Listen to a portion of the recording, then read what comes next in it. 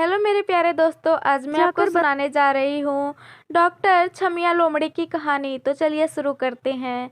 दोस्तों, यह बात है अफ्रीका के कांगो जंगल की है।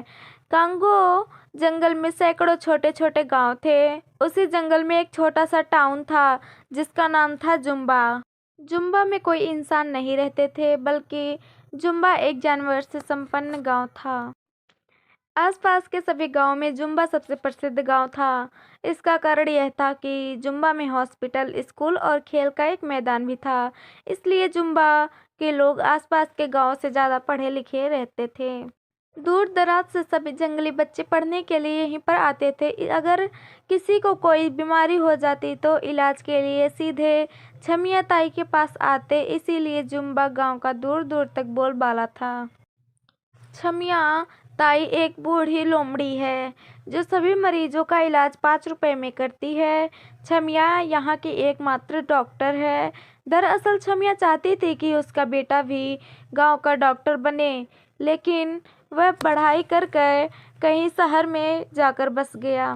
वैसे तो जुम्बा में बारिश बहुत कम होती है, लेकिन बारिश के मौसम पानी के कारण यहाँ पर नीफा नाम की बीमारी फैल जाती है। नीफा बीमारी यहाँ के जानवरों के लिए एक महामारी से कम नहीं थी। अब की बार नीफा का प्रकोप कुछ ज़्यादा ही था। छमिया लोमड़ी ने लैब में टेस्ट कर कर बताया कि नीफा बूढ़े लोगों को सबसे ज़्यादा खतरा देगा, उनकी जान भी ले सकता है।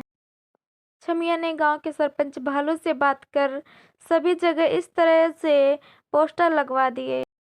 बीमारी से बचना तो घर में ही रहना, अगर जीवन को बचाना तो 2-4 सप्ताह मत नहाना। जानवरों को इतना कहने के बाद भी वे बारिश का आनंद लेते रहे और बीमार पड़ने पर छमिया के सामने जाकर खड़े हो जाते। छमिया बेचारी अपना काम समझकर उनका इलाज कर देती थी।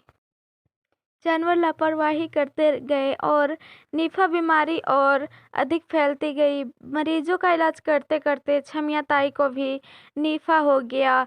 छमिया ताई ने मरीज की गांव तरह बिस्तर पकड़ लिया। अब पूरे गांव में इलाज करने वाला दूसरा कोई नहीं था। बीमारी अधिक फैल गई और लोगों की मरने की संख्या भी काफ़ी बढ़ चुकी थी। छमिया को इस बात का बहुत दुख था कि अब वह किसी का इलाज नहीं कर सकती है, लेकिन छमिया से रहा ना गया और उसने वैक्सीन बनाने का फैसला किया। अगले दिन छमिया ने सरपंच भालू से कहकर एक मीटिंग बुलवाई। छमिया ने कहा कि मैं बहुत जल्द इस बीमारी की वैक्सीन बनाने वाली हूँ, लेकिन मुझको इसके परीक्षण के लिए 3 लोगों की ज़रूरत पड़ेगी। क्या आप में से कोई 3 लोग तैयार हैं? और याद रखें कि इसमें आपकी जान को खतरा भी हो सकता है। लेकिन अगर एक बार हमारा टेस्ट सफल हो गया तो फिर हमारे लाखों जानवरों को इस बीमारी से बचाया जा सकता है। सभी जानवर एक दूसरे का मुंह देखने लगे और कोई राजी नहीं हुआ। छमिया को बुरा लगा, लेकिन उसने ठान लिया कि वह लोगों को इस तरह मरने नहीं देगी। छमिया ने तय किया कि सबसे पहले वह खुद पर ही इस वैक्सीन को आजमाएगी। छमिया गुप्त तरीके से 5 दिनों तक जंगल में घूमती रही और जड़ी बूटियों को इकट्ठा करती रही। जड़ी बूटियों को लेकर वह हॉस्पिटल में आई और उसने एक दमदार वैक्सीन का निर्माण किया। दरअसल दमदार को लेने के बाद कोई भी जानवर 4 घंटों के लिए गहरी नींद में सो जाता है। अगर 4 घंटों के बाद नहीं उठा तो यह टेस्ट फेल हो जाएगा। छमिया ने अपने बेटे और गांव को एक पत्र लिखा और कहा कि अगर दवाई लेने के बाद मैं नहीं उठी तो सभी गांव वाले मुझे माफ़ कर देना, मैं आपको इस बीमारी से बचा नहीं पाई। मेरे बेटे से कहना कि सच्ची भलाई में किसी प्रकार का लालच नहीं देखा जाता है। अगर तुम गांव में रहकर लोगों की सेवा करोगे तो तुम्हें इन गरीब लोगों की सेवा का पुण्य मिलेगा। छमिया लोमड़ी ने लिखकर खुद को दमदार का डोज लगा दिया और एक कपड़ा ओढ़कर सो गई। 4 घंटों के बाद छमिया नहीं उठी। किसी ने आवाज लगाई और गांव वाले हॉस्पिटल के बाहर इकट्ठे हो गए। सरपंच ने सभी को पत्र सुनाया। सभी गांव वाले रोने लगे और छमिया को याद करने लगे। सरपंच ने तुरंत छमिया के बेटे को बुलाया। आधे घंटे में उसका बेटा वहां आ गया। लेटर पढ़कर वह भी रोने लगा। उसने वादा किया कि अब वह कभी भी गांव छोड़कर नहीं जाएगा। गांव के सभी जानवर डॉक्टर छमिया की अंतिम यात्रा की तैयारी करने लगे। दूर दूर तक सभी जानवर फूल माला लेकर वहां आए। जैसे ही छमिया का अंतिम संस्कार करने के लिए लोग उसको उठाने वाले थे कि वह खुद ही उठ गई। सभी लोग हैरान रह गए और दूर भागने लगे।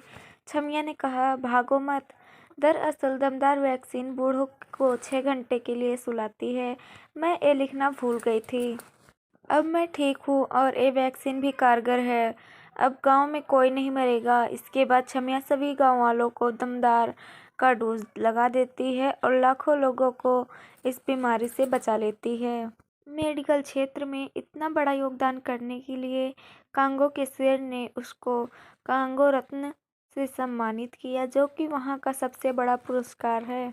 तो दोस्तों, हमें इस कहानी का नैतिक यही है कि तकदीर भी उनका साथ देती है जो स्वयं कभी हार नहीं मानते हैं। तो दोस्तों, अगर आपको ये कहानी पसंद आई है तो लाइक करें, चैनल पर नए हैं तो सब्सक्राइब करें और मेरी स्टोरी चैनल को खूब शेयर करें। बाय बाय, धन्यवाद।